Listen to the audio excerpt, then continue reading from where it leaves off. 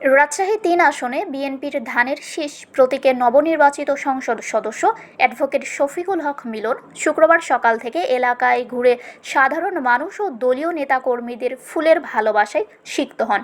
বিভিন্ন এলাকায় মোটরসাইকেল শোভাযাত্রায় গেলে পথের দুধারে দাঁড়িয়ে ফুল দিয়ে তাকে বরণ করে নেন সমর্থকরা। এ সময় মহান আল্লাহর প্রতি শুকরিয়া আদায় করে মিলন বলেন, সারা দেশে ধানের শীষের বিপুল বিজয় অর্জিত হয়েছে, এজন্য মহান রাব্বুল আলামিনের দরবারে কৃতজ্ঞতা প্রকাশ করেন তিনি বলেন, এই নির্বাচনের প্রকৃত আয়োজক দেশের সাধারণ মানুষ, তাই এই ঐতিহাসিক বিজয় মূলত জনগণেরই জয়। তিনি এই বিজয়কে শহীদ রাষ্ট্রপতি জিয়াউর রহমান এবং মাদার অফ ডেমোক্রেসি দেশনেত্রী বেগম জিয়ার প্রতি উৎসর্গ করেন। পাশাপাশি তিনি বলেন, এই বিজয় ব্যক্তিগত সাফল্য নয়, বরং মানুষের কল্যাণে কাজ করার একটি বড় সুযোগ এবং গুরু দায়িত্ব। বিএনপির ভারপ্রাপ্ত চেয়ারম্যান তারেক রহমান এর মতো তিনিও দেশ এবং দেশের মানুষের কল্যাণে একনিষ্ঠভাবে কাজ করার দৃঢ় প্রত্যয় ব্যক্ত করেন।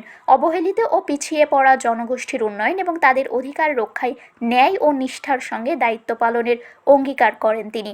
দিনের কর্মসূচির অংশ হিসেবে তিনি নওহাটা মডেল মসজিদে জুমার নামাজ আদায় করেন এবং একটি জানাজায় অংশ নেন। পরে নিজ পিতামাতার কবর জিয়ারত করেন।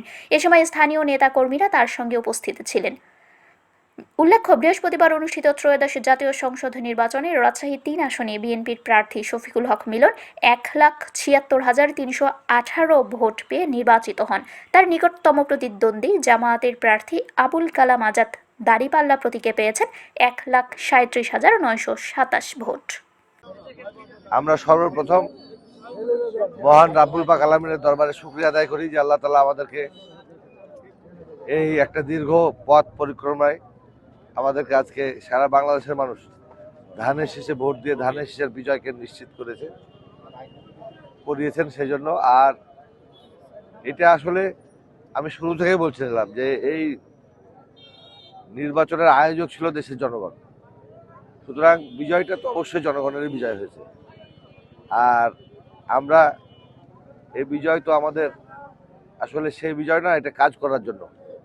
তো আমাদের কাজ করতে মানুষের কল্যাণে কাজ করে গেছেন যারা, বিশেষ করে শহীদ রাষ্ট্রপতি জিয়াউর রহমান, আমাদের আমরা যাকে মমতাময়ী মা বলি, মাদার অফ ডেমোক্রেসি দেশনেত্রী, আপসীর নেত্রী বেগম খালেদা জিয়া, এবং যারা জনহিতকার কর্মকাণ্ড করে গেছেন আমাদের এই পাওয়া মরুবাসীর জন্য, তাদের প্রত্যেকের প্রতি আমি উৎসর্গ করবো এই বিজয়কে। আর আসলে এটা আমার কাছে খুব গুরু দায়িত্ব মনে হচ্ছে, এই কারণে যে আমার পিছিয়ে পড়া জনগোষ্ঠী এতটা অবহেলিত, এতটা উদ্বেলিত, এবং এমনই তাদের এই যে গত নির্বাচনেও এই যে আমাদের অনেক নেতা আহত করেছে আইন শৃঙ্খলা রক্ষা বাহিনী, বাচ্চা ছেলেদেরকে কি ধরনের একটা করেছে, তো সেইটা হচ্ছে আমাদের কাছে অত্যন্ত পীড়া দেয়।